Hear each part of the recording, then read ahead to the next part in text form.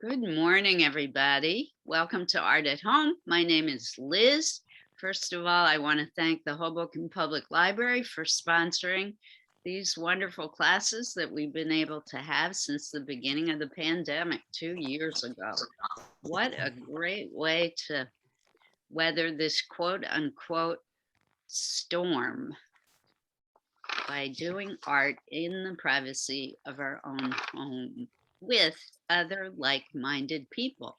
So here we are, we're in March, Women's History Month, and today we are going to start out by talking about an extraordinarily interesting, highly intelligent, very conceptually deep thinking female artist named Lynn Hirschman Leeson.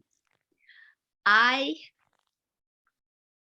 am just a neophyte when it comes to trying to understand what she's about. I'm going to talk briefly about what I think she's trying to convey. And then I'm going to be really brave today and show you a short Art 21 video clip about what she does. It's her in the video clip, and she's going to talk about her work. I think you're going to be fascinated by her. Then we'll look briefly at some images of her work. I really feel, though, that the images I'm going to show don't do justice to what she's about. And forgive me, I completely forgot to spotlight myself.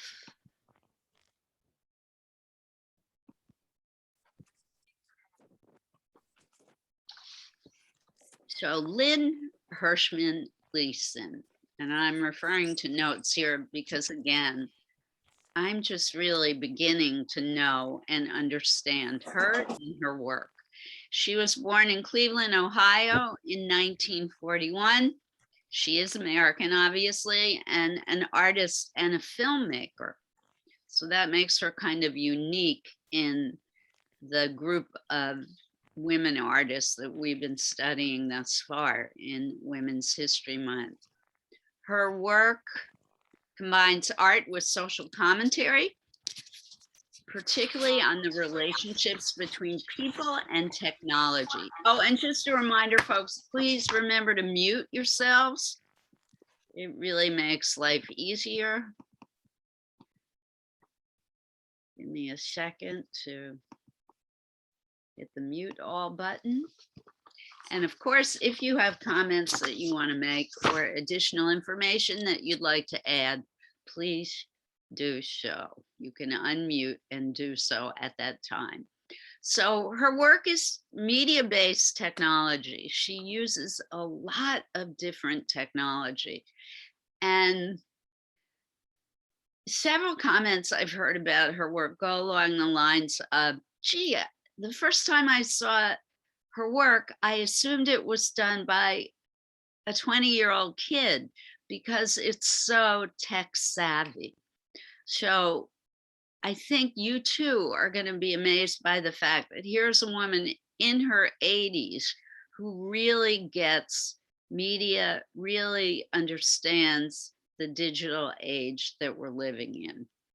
She earned her bachelor's degree in education, museum administration, and fine arts from Case Western Reserve University in Cleveland in 1963. And she received a Master of Fine Arts from San Francisco State University in 1972. She is married and has one child, a daughter. So her work does have themes. She works on things like personal identity in this time of consumerism. She's very interested in privacy during this era of mass surveillance. And she's fascinated by the interface between humans and machines, and also the relationship between real and virtual worlds. So she's been practicing her art for more than 40 years. And during that time, she's worked in performance, the moving image, drawing, collage, text-based work, site-specific interventions. I'm not sure even what that means. And later new media, digital technologies, and interactive net-based works. Her projects explore technology in digital media and science, and she was the first artist to launch an interactive piece using video disc, which is a precursor to the DVD. She's the first artist to incorporate touch screens that interface with her artwork, which I think is pretty cool. So she loves to have people come to her exhibits and actually touch what she creates and interface with digital screens. She's created robots that she installs in her artworks.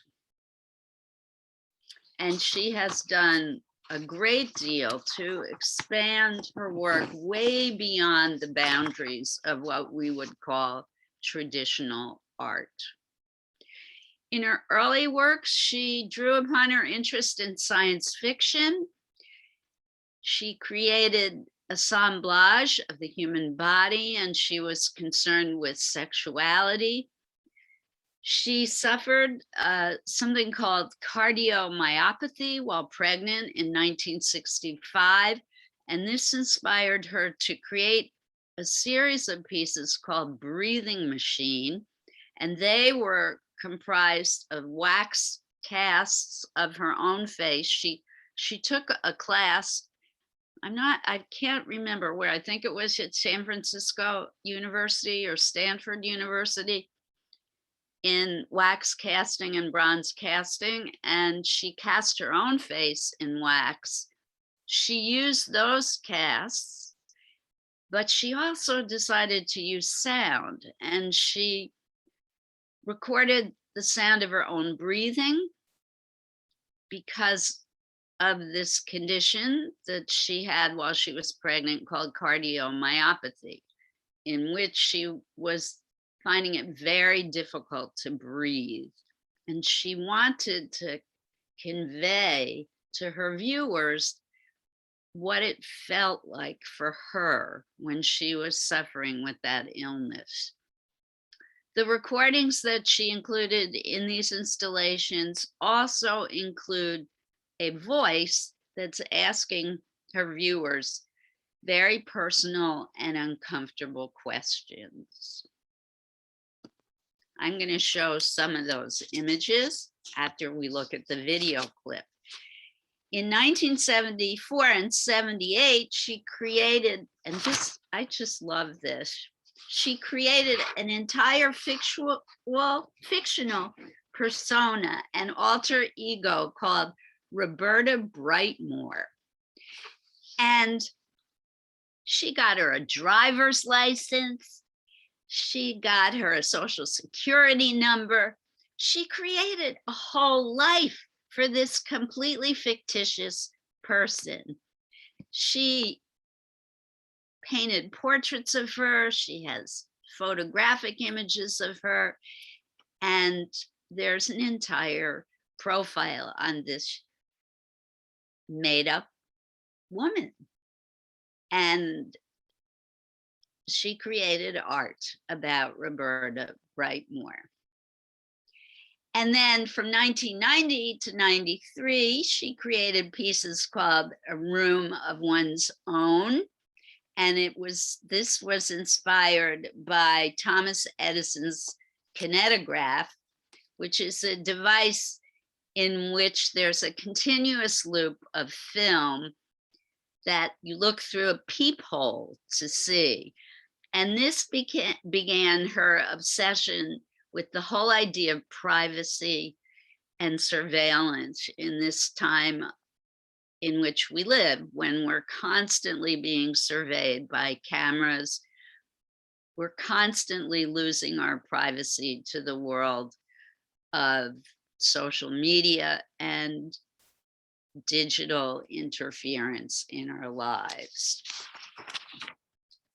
And I could go on and on. And then in 2001, though, I love this project she created also. She made this, I don't even know if this one was a persona or a robot or a combination of both. She created Agent Ruby for San Francisco Museum of Modern Art. And there's now the Agent Ruby files, which is digital and analog. And it reinterprets dialogues drawn from a 10-year-long archive of text files of Agent Ruby's conversations with online users. It's so extraordinary. There's a lot to be said and thought about her work. Mainly, is it art? And with that, I want to share this video with you in which she talks about what she does, because I think you're going to love it. So give me a moment. I'm going to share the screen and try and open this up for everyone. Oh, we have a problem, Houston. It's going to be fixed. Give me 1 minute. I have to open the video first. I forgot that I closed it. We were doing a dry run.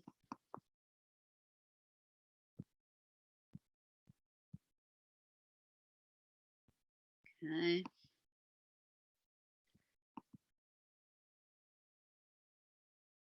Here we go. Here we go. I'm hoping, can you all see there's a black rectangle on the screen that says Art 21? Yes. Yes. Here we go.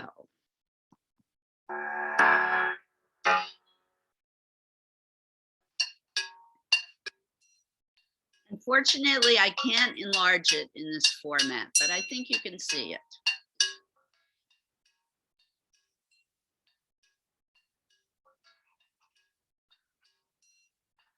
Drawing for me is a sort of meditation. I think it ends with the drawing. Whenever I do a project, I draw it out. So it's kind of a basic language, and then I do some things in between. It's all about collaging. A lot of what I do as being an artist is creating a voice for myself, because I didn't have one for so long. In 1965, I got pregnant. In the 5th month of my pregnancy, I was having trouble breathing and came down with a heart condition called cardiomyopathy. I went into heart failure. I was under an oxygen tent during my pregnancy in a hospital. I was unable to walk or to do anything for many, many months. When you are experiencing the threat of death, you become so aware of time. And that's really a gift to become so sick early in my life. It made you value the time you had and the fact that you can't really waste time.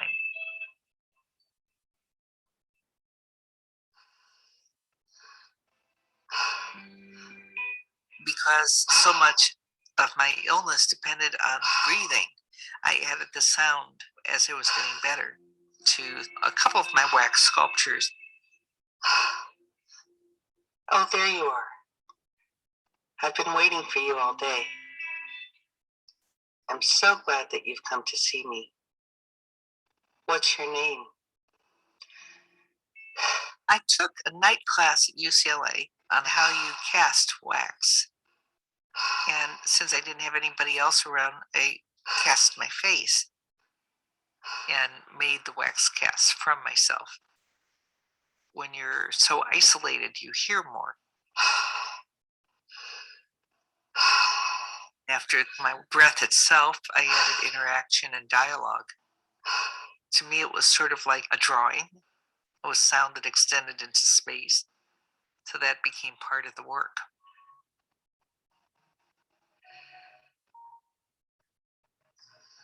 In the 70s, women artists were just becoming aware of how they were made invisible.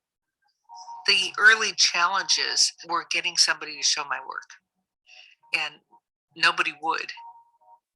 Eventually, the University of California at Berkeley invited 3 women to have exhibitions, and I was one of them. But they wanted to show only my drawings. I think they thought the drawings were safe and good draftsmanship and all of that. But along with that, I put in a couple of my wax sculptures that talked. Within 2 days, the museum closed the show. They said media isn't art, sound isn't art, and they completely closed the exhibition down. Being rejected and being made invisible by the museum system was really the best thing that happened to me. The cultural experience of having your voice suppressed, has made speech and talking and having a voice really important in what I do.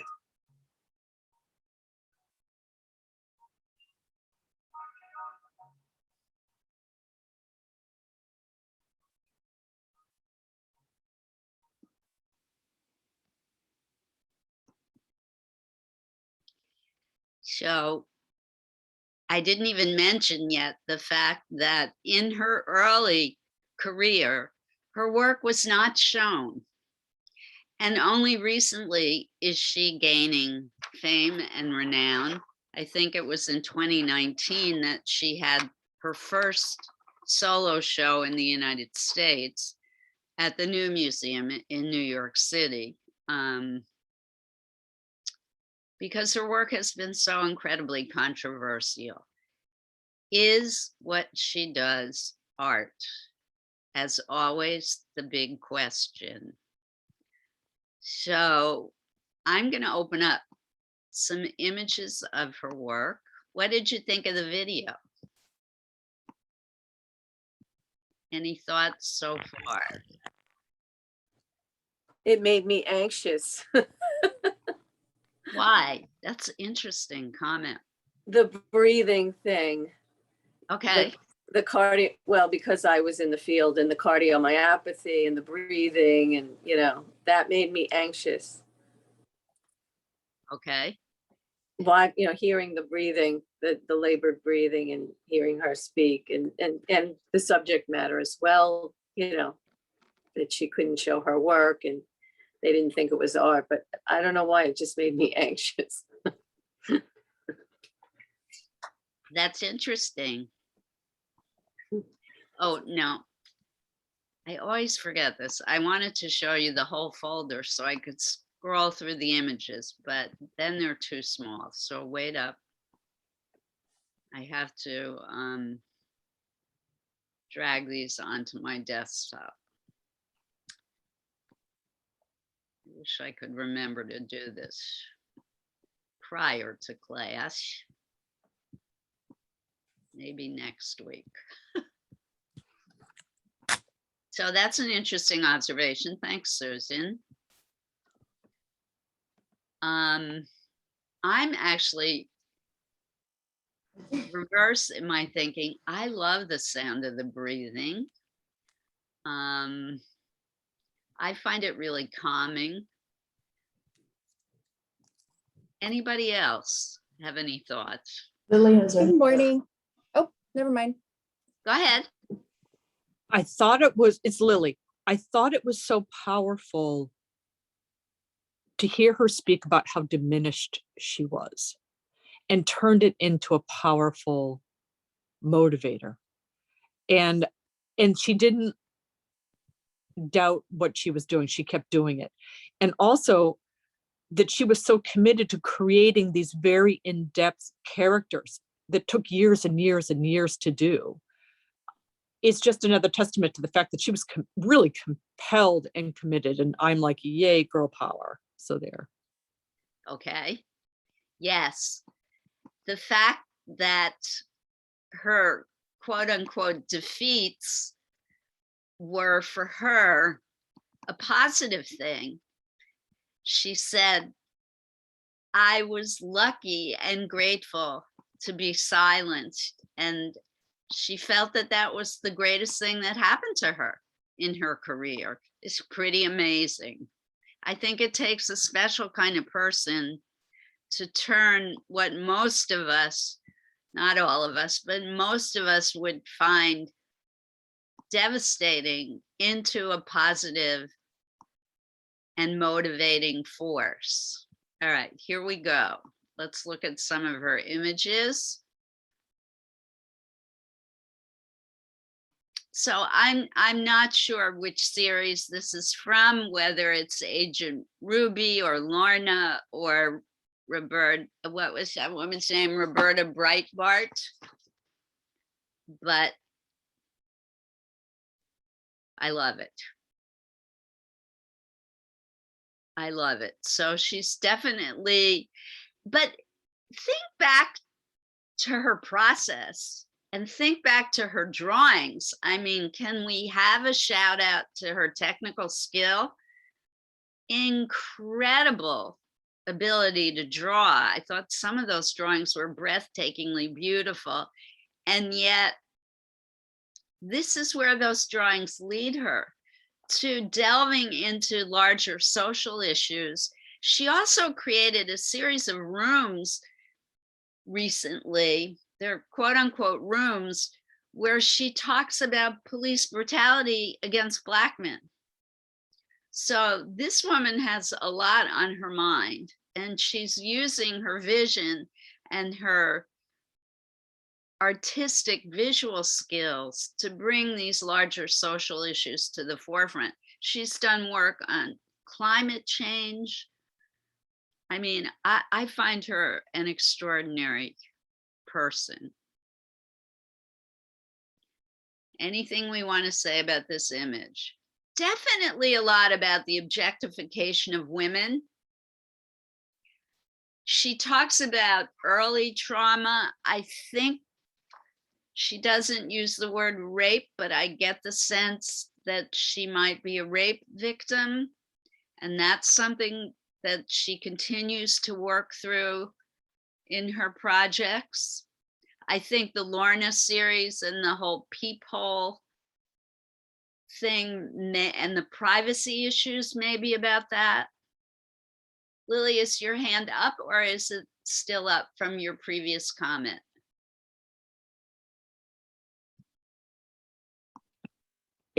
I took it down. Thank you. Okay. Nobody else has thoughts or, okay, we'll move on to the next image.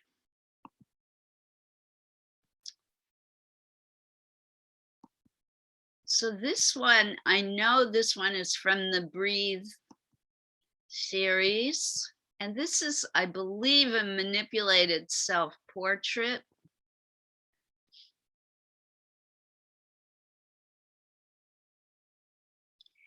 Collage, she does a lot of collage work.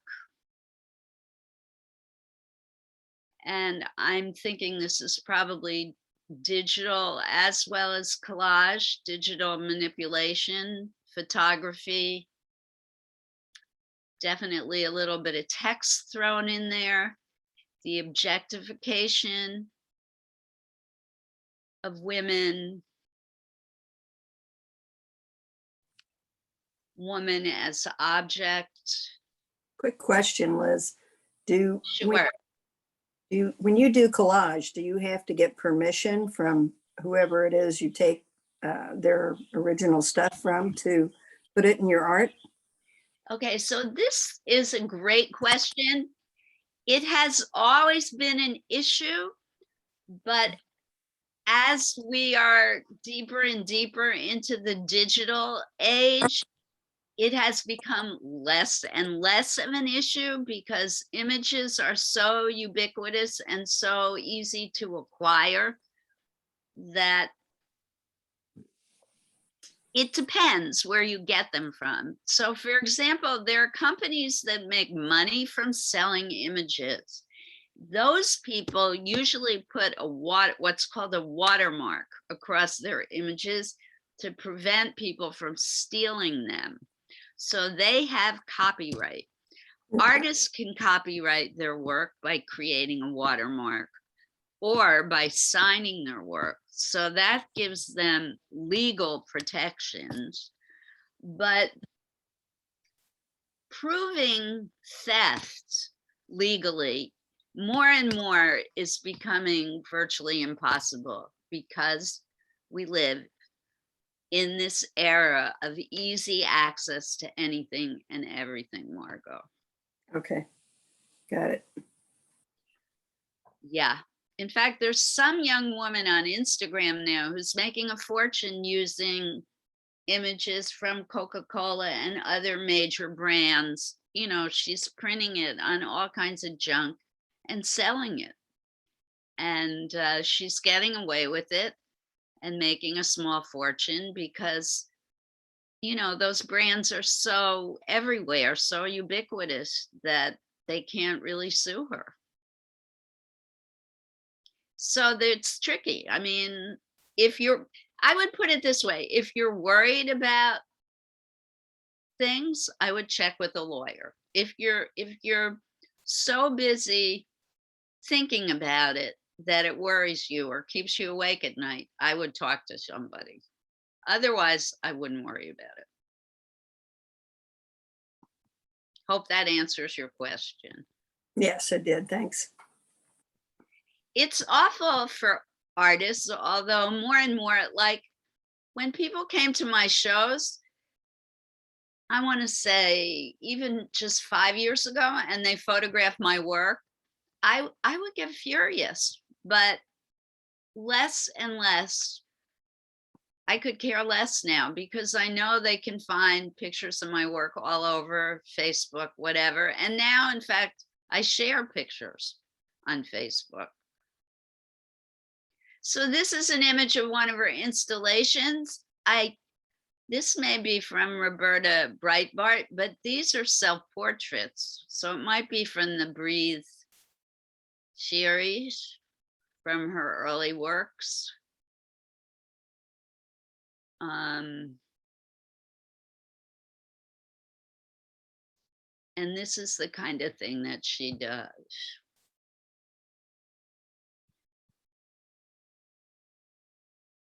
Is it art? I don't know. Let me know what you think.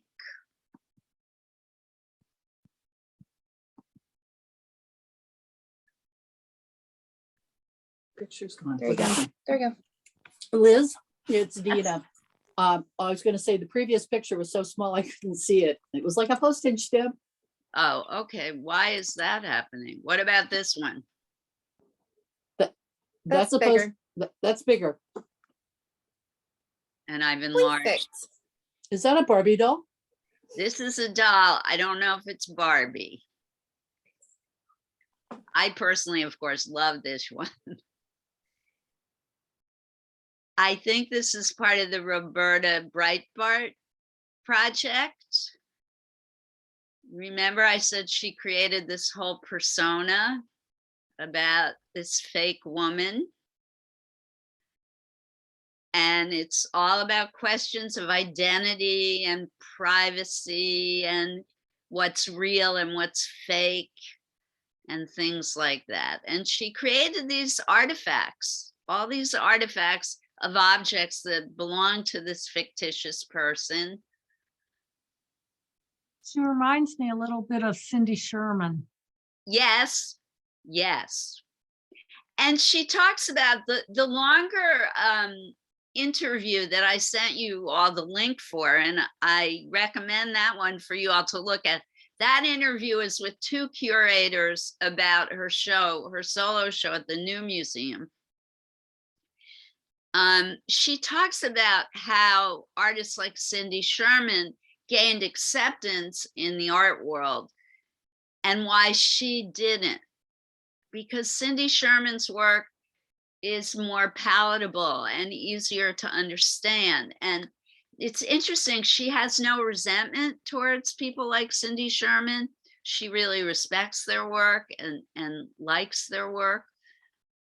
And she acknowledges that they're delving into some of the same issues that she is. And she's very proud of the fact she has no bones about calling herself a feminist and that she's involved with feminist issues. But I think this woman, Leeson, has bigger world issues on her mind than just feminism. But I love this piece, and I'm sorry I missed her show at the New Museum. I would have loved to have seen her larger installations. We'll look at a couple more, and then you're probably thinking, what the heck are we gonna do related to this woman's work? But I have some ideas. Trust me. I'm very excited about all of this. That, Lauren? It is. Good morning. Hey, welcome home. Thank you so much. I really love this one, by the way. I'll I chat wonder later about why. the video. I know. I can't think of why. It even looks like you in the lens of the camera, just saying. Oh, I see. Yeah. Yeah, definitely. Why not? I would love to take credit here. It's wonderful. I love how you see also the eyes in the, what do you call this again? The viewfinder? Mhm. Yes, at the top. Yep. So remember, one of her big concerns and themes is the interface between humans and machines and technology. So it's very cool. I think this also speaks to feminism, that she's put the camera where the head and the brain of the woman is, but also the objectification of the woman's body, the sexual gender part of the body is revealed, and it's an object, like the camera is an object. And that's what fashion photography and advertising photography is all about. You want to sell a bottle of whiskey, what do you see? You see a woman's semi-naked torso, usually not her face, but just her bust or her long legs. Or so this kind of work speaks to me about that kind of objectification of the female body to sell product. What do you think? It's also, to me, a beautiful, visually beautiful image. It reminds me of people like Marcel Duchamp, definitely in the surrealistic mode, maybe Max Ernst. So she definitely is in a long art history tradition.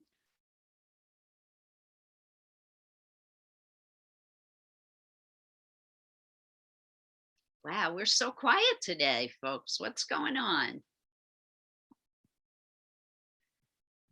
It's all okay. It's all good.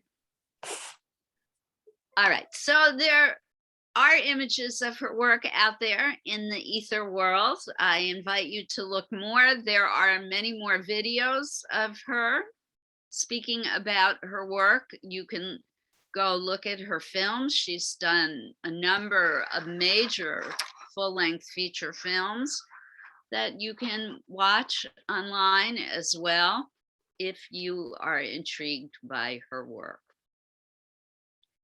Your own work today, I think you can go in multiple directions. Because she's so involved with identity and self and femaleness, or not necessarily femininity, but womanness, you could do a self-portrait. You could combine the self-portrait with collage and deal with woman as object. Look at the female figure in advertising. How many times do you see a full female figure as opposed to just legs cut off, juxtaposed with a luxury car advertisement, or I don't know, whatever you want to sell?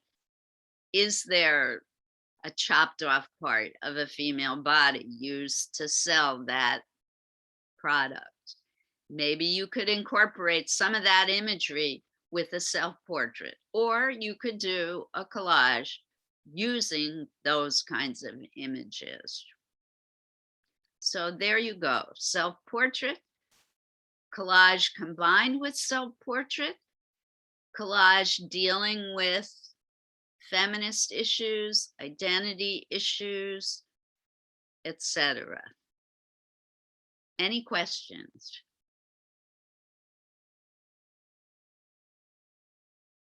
Gosh, radio silent. I don't know if I can deal with it today.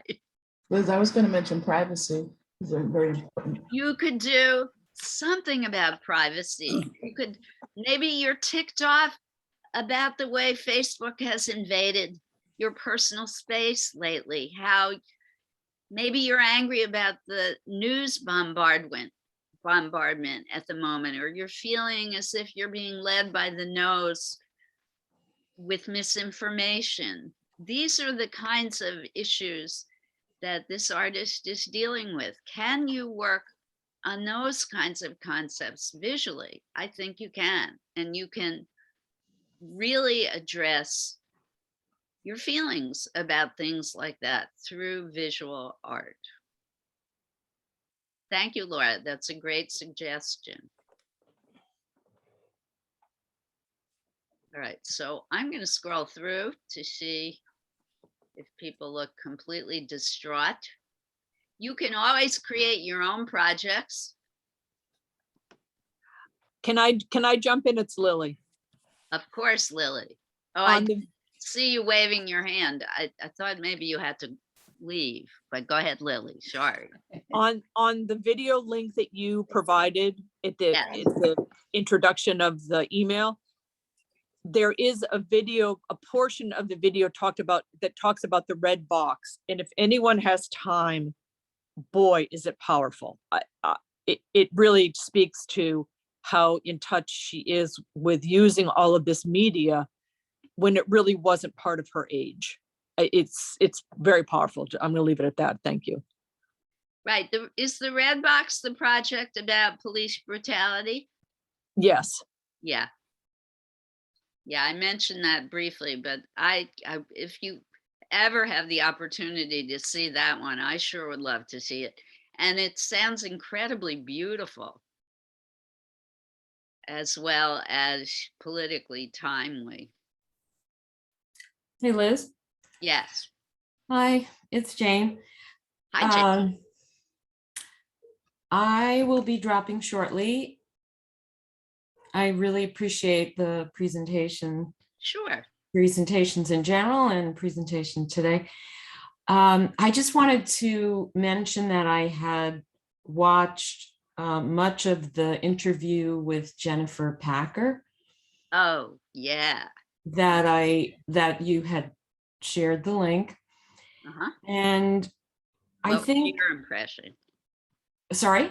What was your impression? Yeah, so I had a very strong impression. I thought it was just outstanding in the way that Jennifer embodies art, her presence and how the questions, which were also really beautifully delivered, how she would take them on, and then what came out of her was nothing. I've never seen anything like it. It's so pure. And so I wanted to connect it to the question, what is art? which is not a question that's easily answered. We could have a whole seminar for weeks on that subject. And I think that might speak to why you didn't get a lot of answers today, well, at least from me. But if I wanted to describe what is art, I would point to that interview and say, I don't know what it is, but I know it when I see it. And watching Jennifer Packer talking about her work was the purest form of expression I've ever seen. And I should have had the camera focused on you, Jane. Forgive me, because That's all right. that was But beautiful interpretation. And your conclusion about what art is for you is probably a very universal conclusion. So thank you so much for sharing it. And yes, we could have an entire seminar on that very question, and people have over the eons. And in fact, sometimes when I ask that question, it's completely rhetorical because it's so huge, it's not easily answered. And I don't mean to pressure folks. It's not up to any one individual to answer that question. You don't always have to, nor do you have to answer it in the work that you create today. My main goal for you all is to do something that you find enjoyable today. All right, this is not something to stress over, but I think it is kind of cool every once in a while to stretch our brains to do a little bit of this kind of conceptual thinking. It's not something we have the opportunity to do on a regular basis. And just to hear about an artist who thinks in this way, to me, is mind-blowing and thrilling, and an example of how artists and art can change the world and open our hearts and minds up to the possibilities for change and change for the better. And that's why I like sharing this information with you. Does it mean I want you to be a genius conceptual artist? Hey, if I inspire you to become that, awesome. And when you get the MacArthur Genius Grant, please remember me in your acceptance speech. Just saying. But is that a requirement for this class? No. Please just have fun this morning. Liz. Thank you, Jane, for your always perceptive comments. Yes, someone else. It's friends. Fran, hi. Can I add something? I always think about what is art and this question, and I don't know if it was you or I heard somewhere that art should be first like the person who is doing sees it at art as art, and it makes you feel something, even if it's not a good sensation, if it is questions, if it is whatever feeling you have, if it makes you feel something, disgust, even if it is not beautiful, that then this is art because it touches you somehow. And also I would like to say that I went to her exposition in the new museum with the videos, the one with the videos, and it was exactly like this description of art because I was not expecting to see videos of a woman, and she was basically telling her story from various points of her history as a woman. So she will discover that she's pregnant, then she's in a relationship, so it's very emotional trigger throughout the exposition. And I left thinking like, okay, so this for sure is art, because as soon as I was there and I started listening to what she was saying, it was bringing me so much emotion. As I felt like, even if it was a character, I felt like, oh, this woman is real. She's going through these things and I can understand her pain. So it was very inspiring also to know her history, that she started later in life and all of the obstacles that she have gone through the art world. Oh, there we go. Thank you, Fran. Wonderful. Thank you for sharing. Back to the call. I'll close this. All right. So guys, I'm going to ask you all now to mute again so that people can work. If you do have a question, feel free. Oh, and just briefly, I want to mention that Laura very kindly put in the chat box a notice about a public meeting this evening about the Hoboken, I'm blocking what it's called.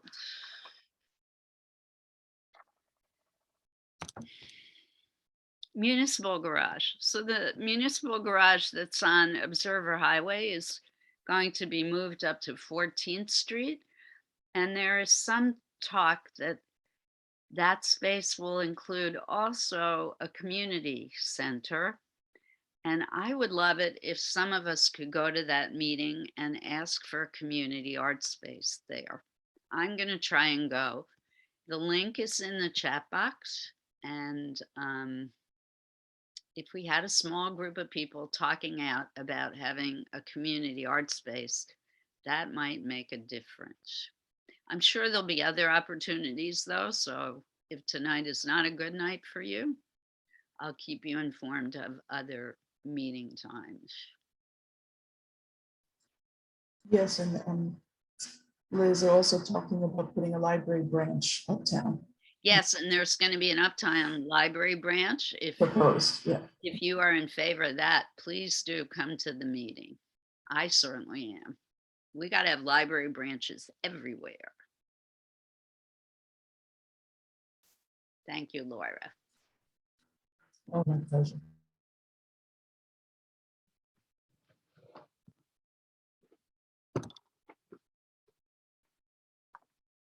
So I am opting, I'm going to do the self-portrait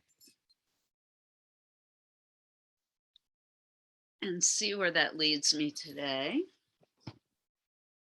I have always been fascinated by the way the advertising world objectifies the human body. So I'm going to try, I think, and look at and work with some of that imagery as well in my self-portrait.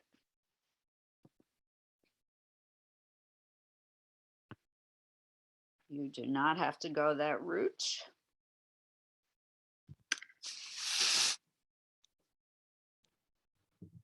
If you come up with a whole different project that you invent on your own, I would be thrilled. I say go for it.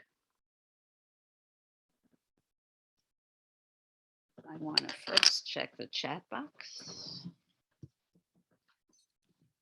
If anybody has any questions.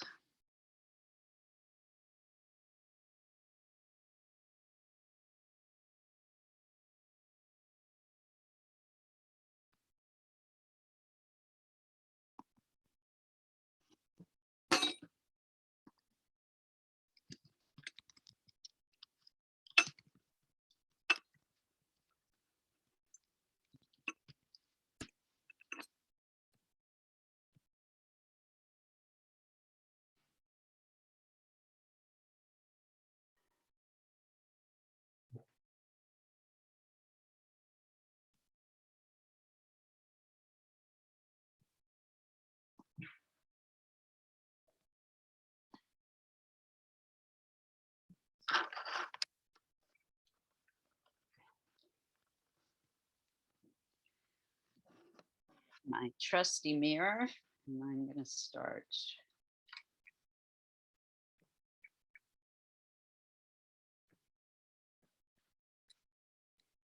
Do remember that doing a self-portrait is a great way to learn how to draw the human face.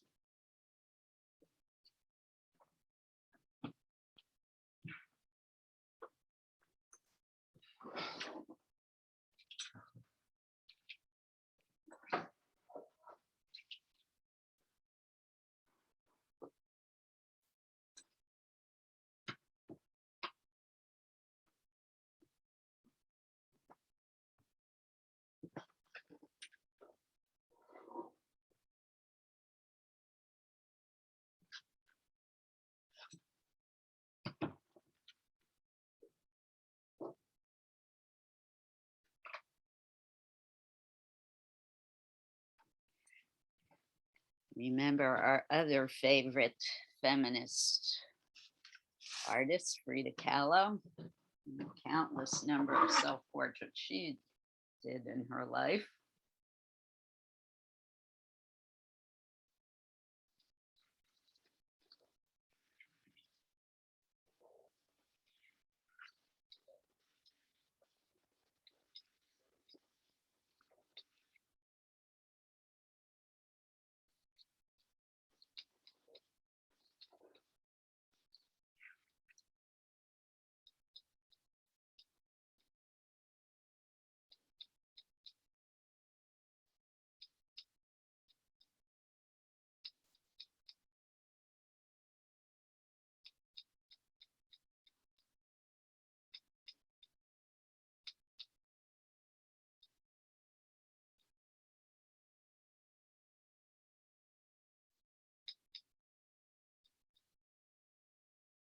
You can do self-portraits looking at photographs of yourself, but I really recommend, as always, drawing from life.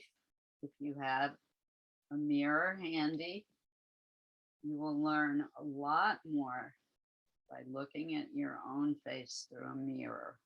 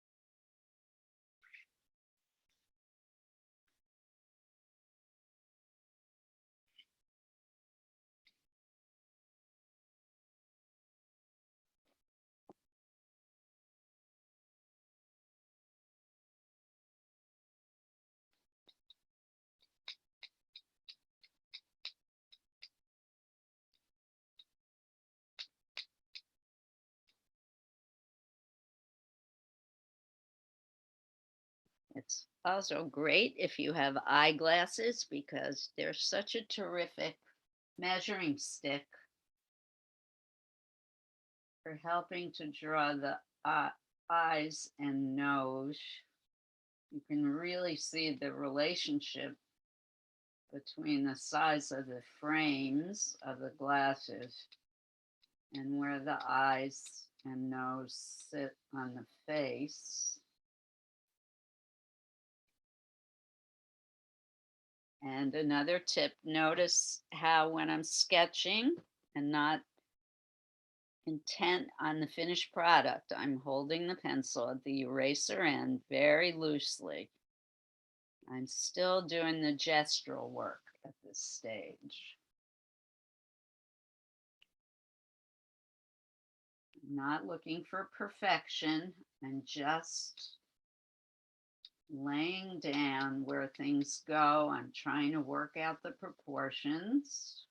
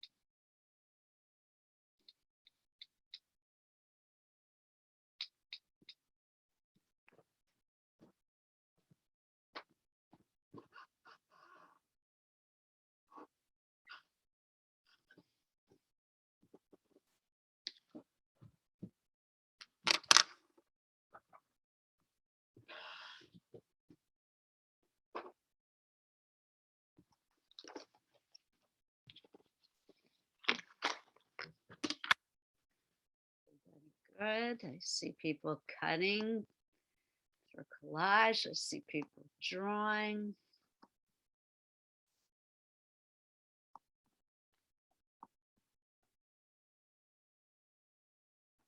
Wonderful. Please, if you're stuck, you can always put stuff in the chat.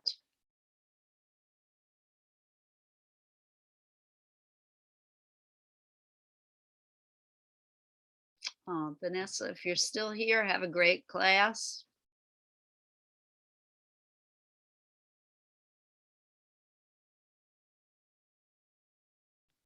Oh, and Laura, is this presentation on, excuse me so much.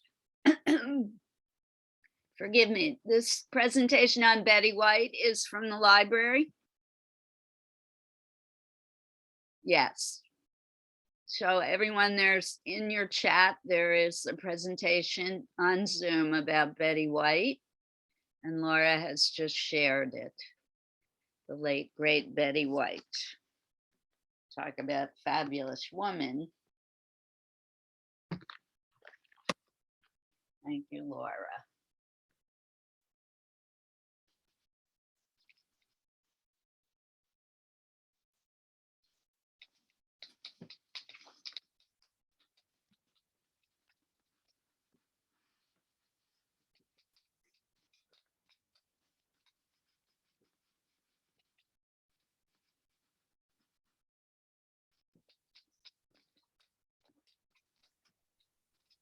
She didn't share it with all of us, the Betty White thing. Oh, Laura, Oh, sorry, I will. oh, it's directly to me. Yeah, Laura, you can share Okay, thank you, the everybody. information about Betty White. Please do Sounds- share it. Okay, thank you. Awesome.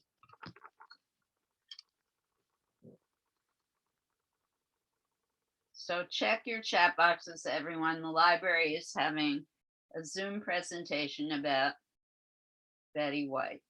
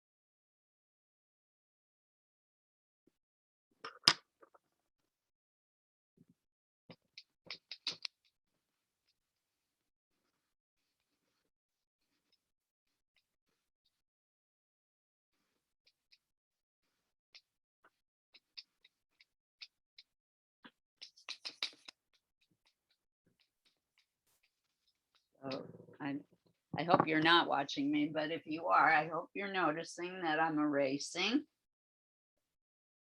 It's okay to erase. I don't care how many years you've been practicing. You're always going to make mistakes, and that's all right. The point is you're learning as you go.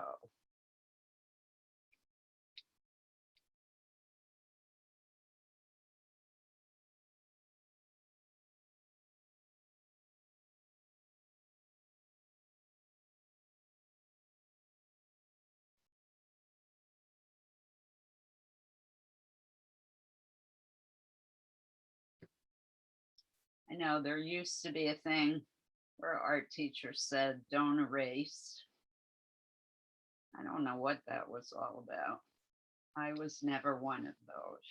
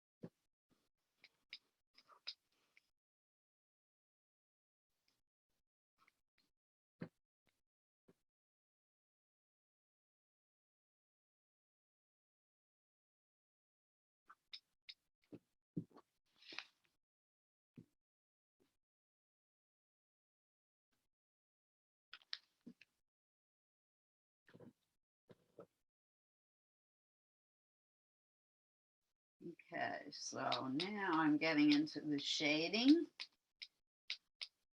Trying to make my image more visible and three-dimensional. Continuing to refer to the image in the mirror.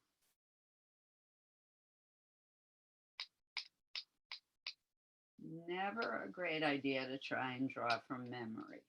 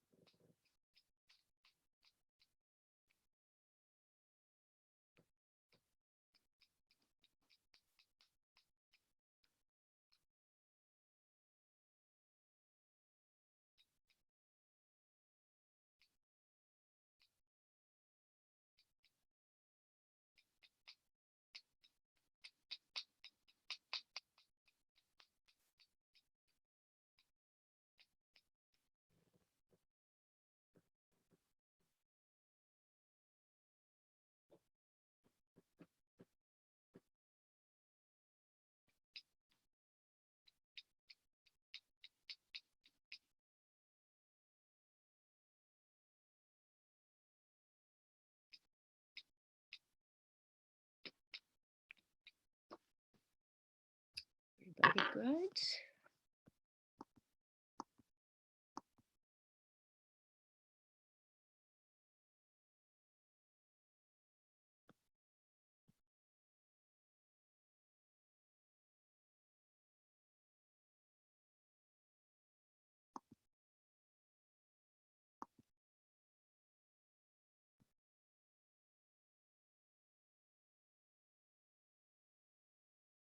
Oh, awesome. Laura, you're putting a lot of information.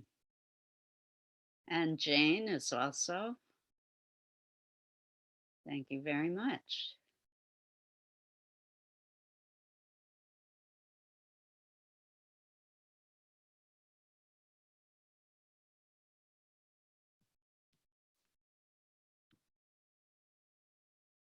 We are lucky to have the Hoboken Public Library.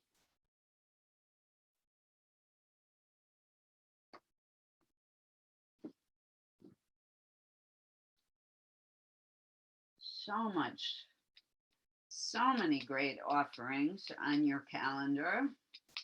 Hoboken Library, we're incredibly grateful.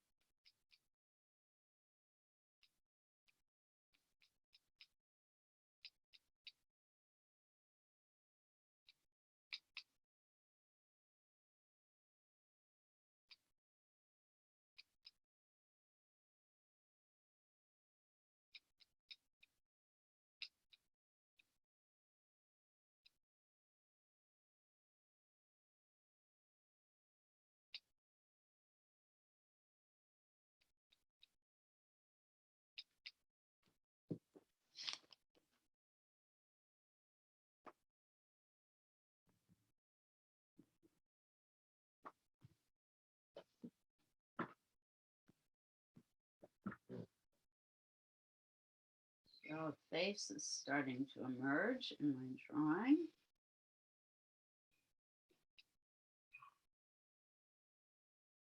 I don't know if I'm going to get to the collage portion of my work today.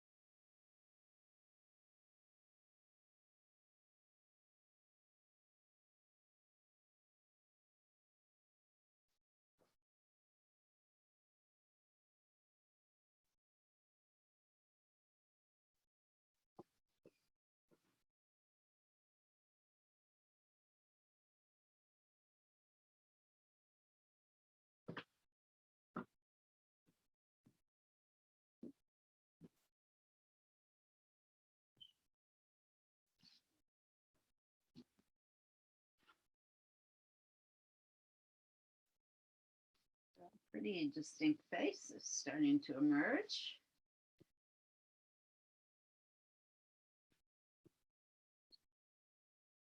And I'm starting to think about how collage might come into play with this picture.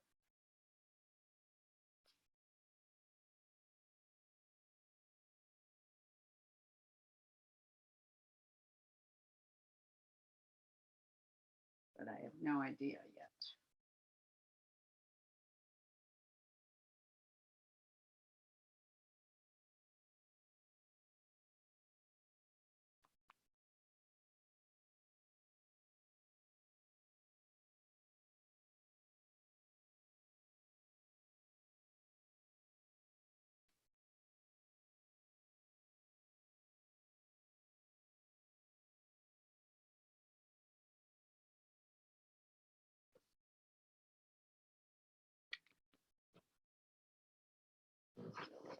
Hair.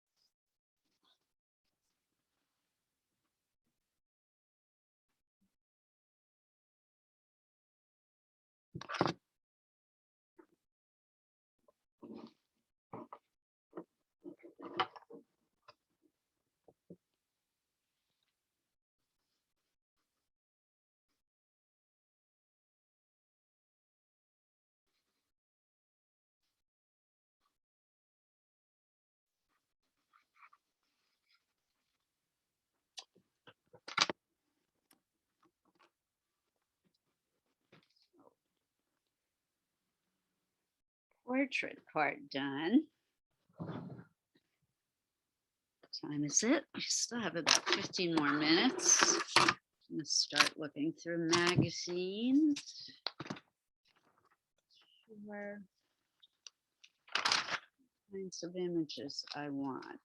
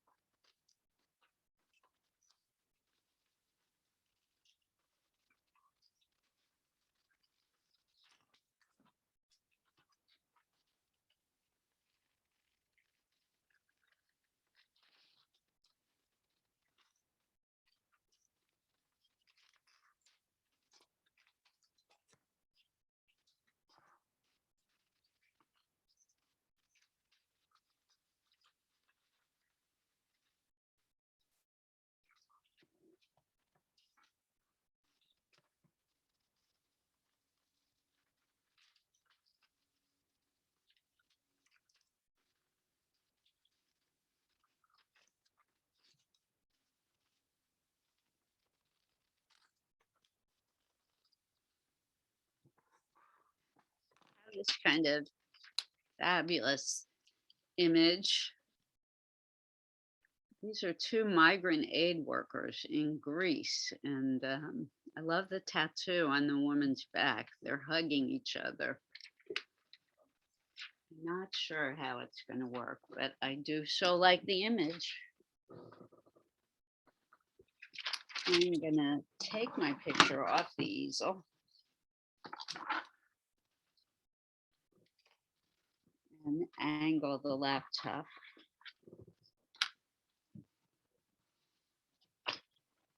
So those of you who want to see what I'm doing can.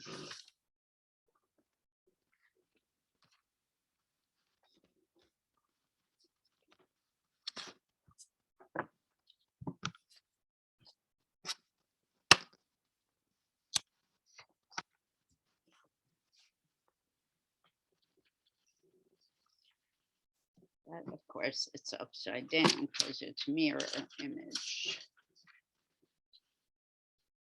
As always with collage, I'm not going to glue down until I have several images, and I'm going to move them around and play with how they look before I make any final decisions.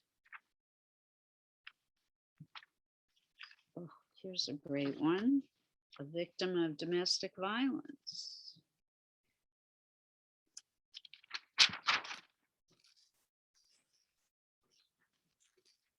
So in beautiful gray tones.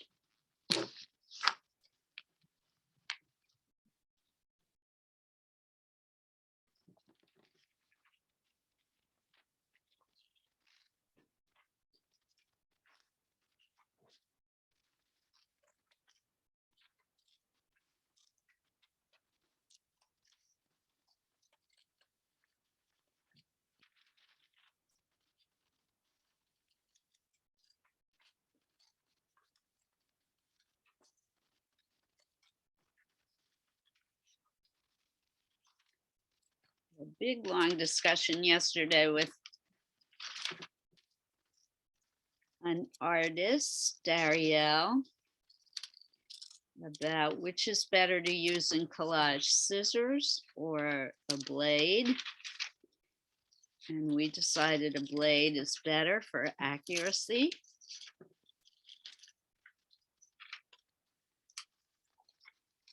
So those of you who are really fanatics about having the perfect edge, I really do recommend that you use some kind of knife rather than scissors. Oh, and I just noticed she's holding the hand of a child.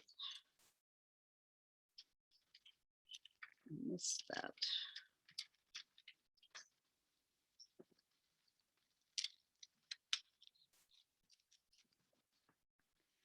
Beautiful picture.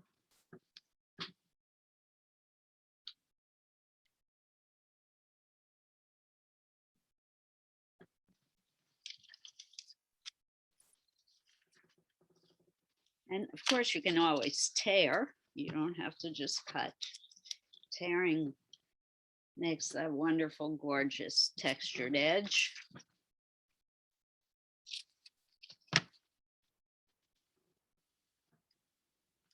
I'm loving the background pieces from this picture.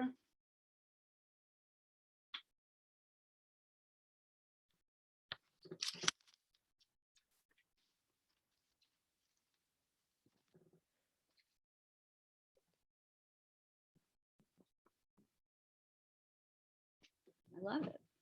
This is really serendipitous. So I'm going to start gluing down right away. Unusual for me.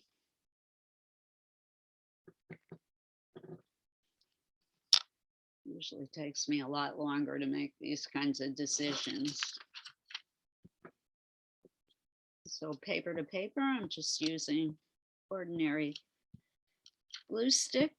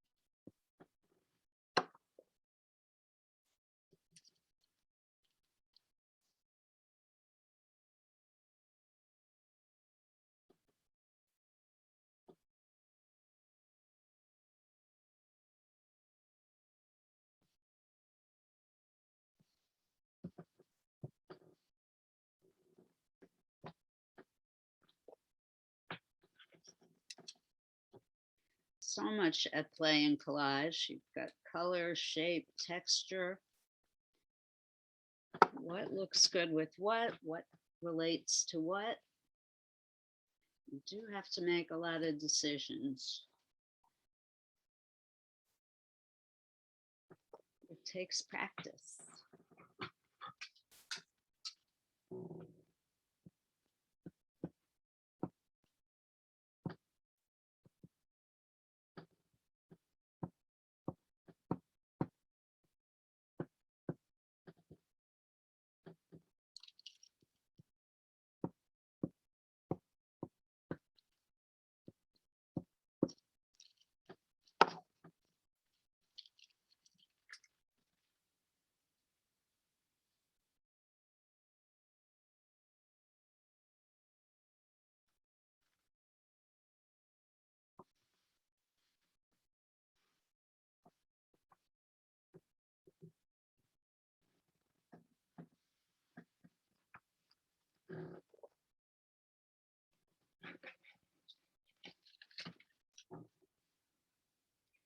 And of course, you can always introduce paint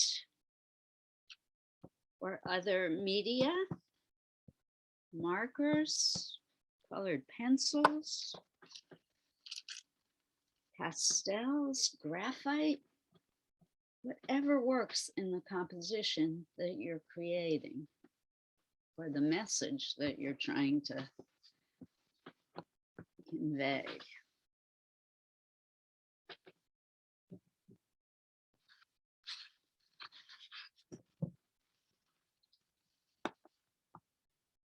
Oh, 3 more minutes till sharing. Don't worry about finishing.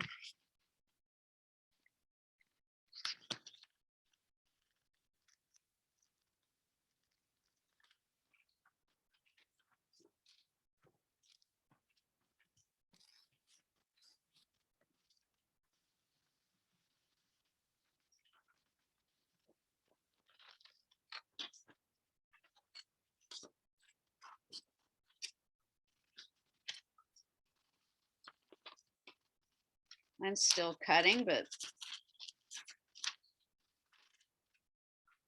I don't think I'm going to have time to glue down.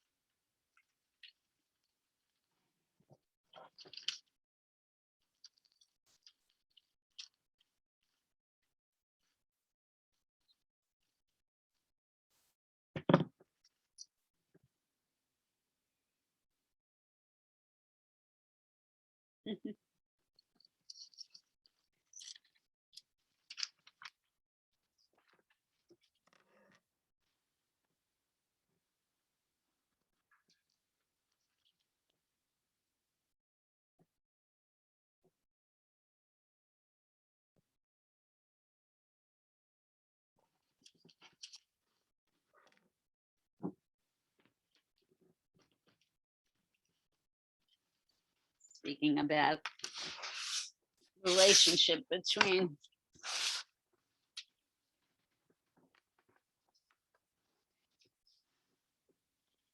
human and machine, it's this fabulous picture. The last picture I cut out, it's a laptop with a picture of eyeballs on the screen. It's so perfect that I don't know where it's going to go yet.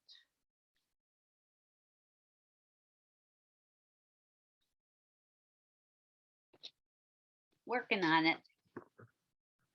All right, you folks keep working. You still have a couple more minutes. I'm going to put in the chat box who our artist is. Excuse me, for next week, March 23rd. And then we'll have our sharing time.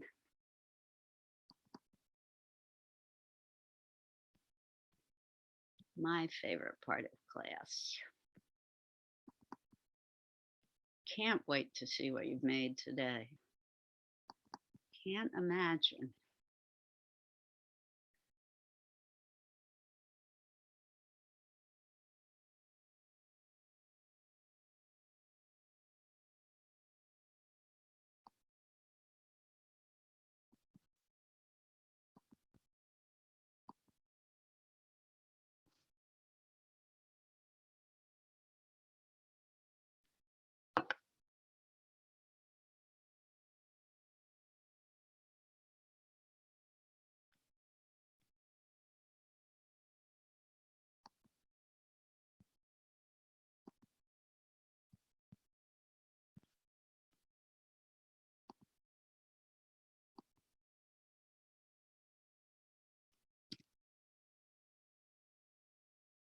All right, sorry to stop folks in the creative process, but I want to share with you.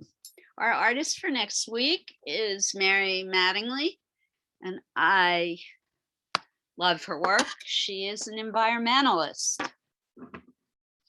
Something really important to me.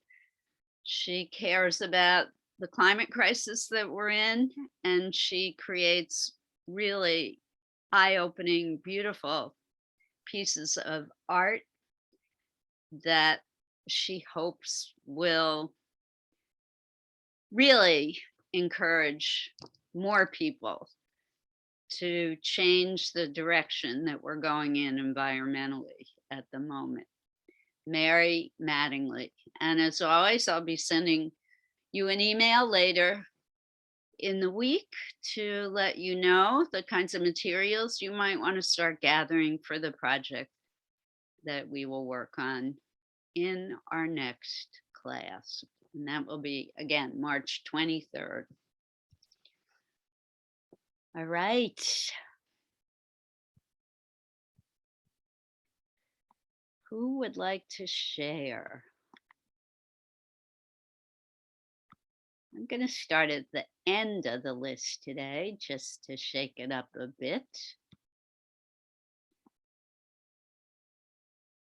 And that would be E. E, I'm not sure. Were you new to our class last week? And are you interested in sharing? Did you get to make something today?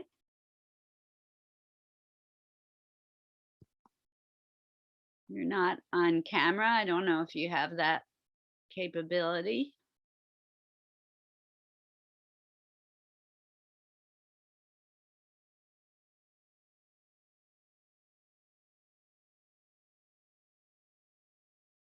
All right, maybe not. E, if you can hear me and there's some way you can let me know that you want to share, maybe in the chat box, please do. And Lauren, that would make you next. You're off camera. Do you want to share?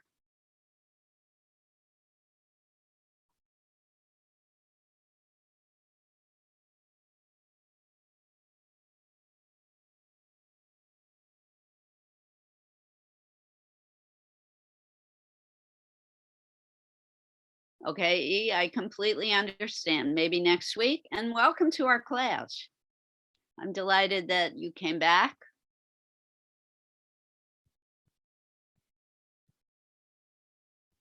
And Lauren, I'm not hearing from you, which is cool too. Robin, you're next. Hi. So whoops.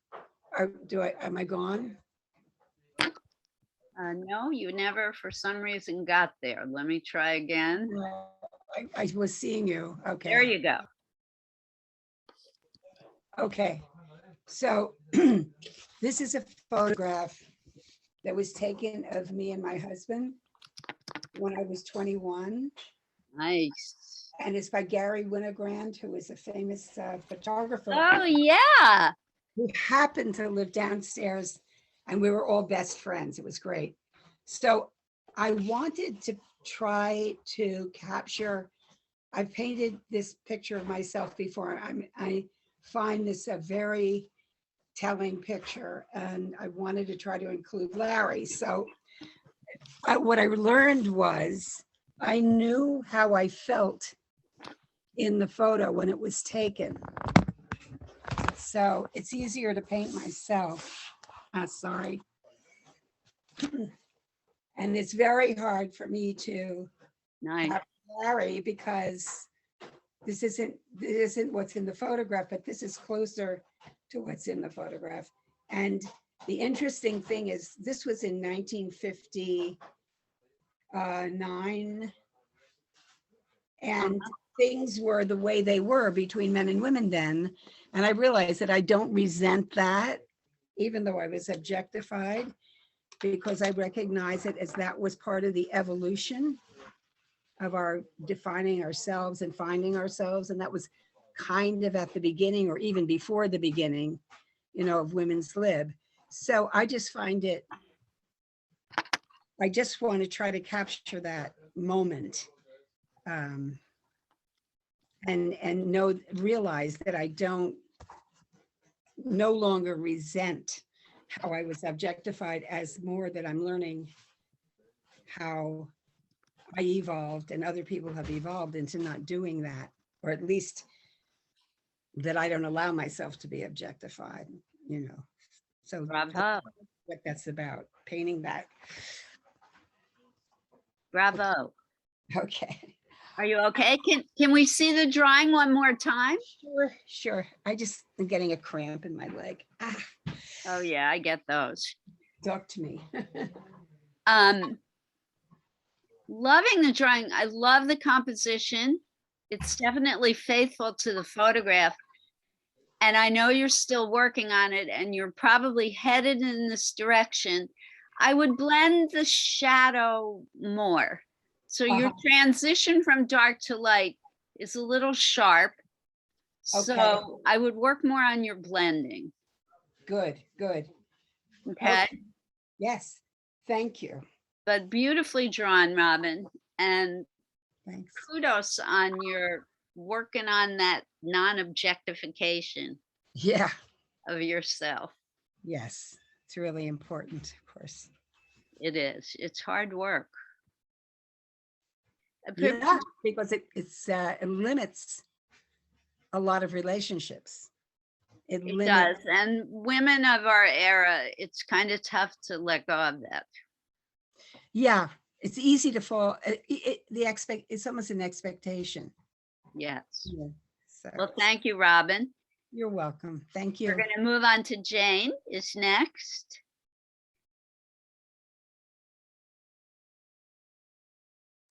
Hello.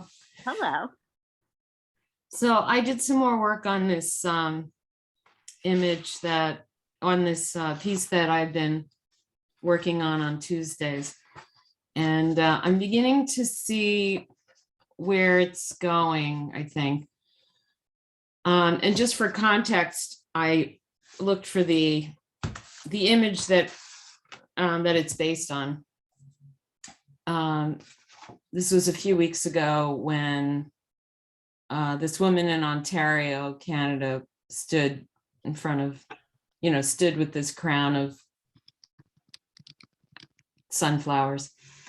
So where I think I'm going with this is, well, first I want to define the sunflowers, and then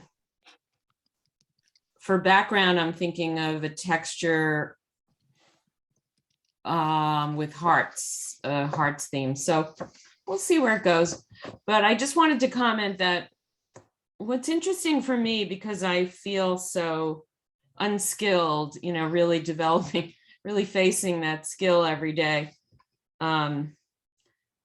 that skill gap, that I find that a little bit of collage or layering is very forgiving, because if I tried to do this strictly with watercolor, I just don't have the mastery to do it. I would sooner I would just keep going, and then I'd mess it up and it would become compost. So I'm enjoying that forgiving nature Okay. First of all, the image is beautiful and it's coming along really well. And I'm loving seeing it evolve. Second of all, I'm glad you're finding pleasure in the collage work. And third of all, and finally, stop prejudging. Yeah. Stop with deciding right from the get-go that you're not going to succeed, because guess what? You're going to fail if you it's challenging. Yeah, I hear you. And that's part of the keep going. So there's a wonderful quote. I won't have it on hand, but there's a wonderful quote of Picasso saying that he doesn't know how to do anything, but every day he just does it, because how do you get skilled by practice, you know? And here's one of the greatest masters of all time. So Yeah, if I can find the quote, I'll bring it for next time. I would love to hear it. Thank Thank you, you. and keep up the good work. Thank you. All right, Esty, you are up next.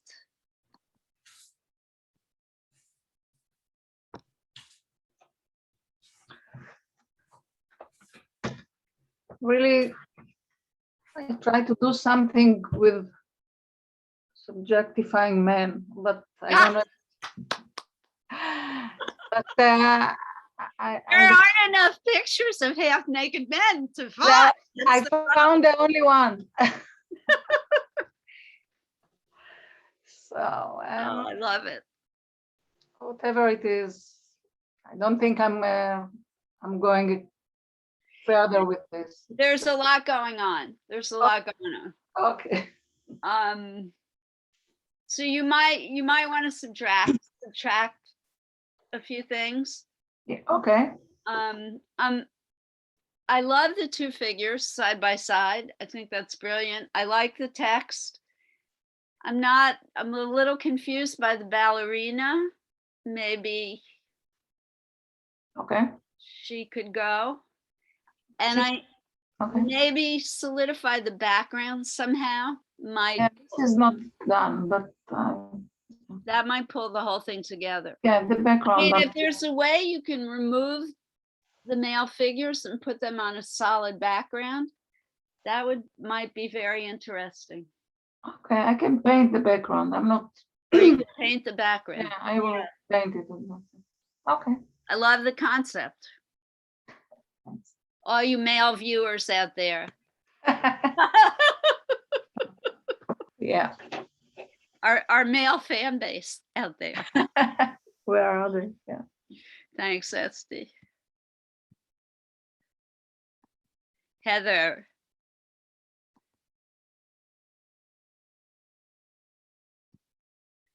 Oh, you're frozen, Heather. Oh, there you go. Oh, yeah. Ooh, look at this. Everybody look at this. The disembodied face in the mirror. I love it. On the corrugated, or it's got corrugated cardboard framing it. On the side, yeah, material. I love it. I love it. I have nothing to say except I love it. I love it. I love the red. You might need more stuff around. I don't know. If you put it on a larger background, yeah. I think if you put Maybe. more on it now, it's going to overwhelm it. Mm-hmm. I love it. Thank you, Heather. All right. Sure. Thank you for sharing. Wait, that's it? Oh, Franz May. Yay. Hi, Liz. Today we have a company here, so my daughter, oh no, Lara, did this, but she's shy. She don't want to show, and she used technology to do it. Is it Sketchbook? It's Procreate. Oh, I don't know that one. Tell her I love it. I She- love it. she's I leaving. love your colors. Beautiful art. And this is mine. Wow. I think I got inspired also by the book that I'm reading, that is Love Your Lady Landscape. So I saw these ballerinas and I saw how it could remind me of uterus. And also the technology here. So maybe we are not being organic with ourselves and maybe not being so in touch with our femininity. So I just added a little technology up there. And also how our bodies are not ours anymore. Exactly. So I added here the conversation. I found these words because everybody's talking about it, but also I feel we are not super in touch with our bodies anymore. Or nature for that matter. Yeah. Love it. I want to see more of the red dots Yeah. only in the bottom half. Maybe if you filled that whole space underneath the ballerinas, that might be very beautiful. But thicker at the bottom and less dense as you get closer to the edges of the women's bodies. What do you think? More Yeah. kind of cloud-like? Yeah, I thought about it. I was just afraid of overdoing it. I would like to know your opinion, but I thought about putting more in here and Yes. just let it fade. And then you're gonna have to then make a decision about the upper half. It might still look good white, but you might want to go in the direction of a solid color for contrast to the reddish mist that you're gonna kind of create. You know, you could take an old toothbrush, dip it in red paint, and just flick it. Yes, yes. Do a little spatter painting kind of thing. Yeah, I use a very wet brush and just tap it like that. That's why I was afraid to go too much up and get some in here. But I see what you mean, like we need more. I think I would prefer it if the cutout was clean, but you know, if a little bit got on there, it might not be so bad. You could always have wet tissues handy to wipe off if you don't like how it looks. Yes.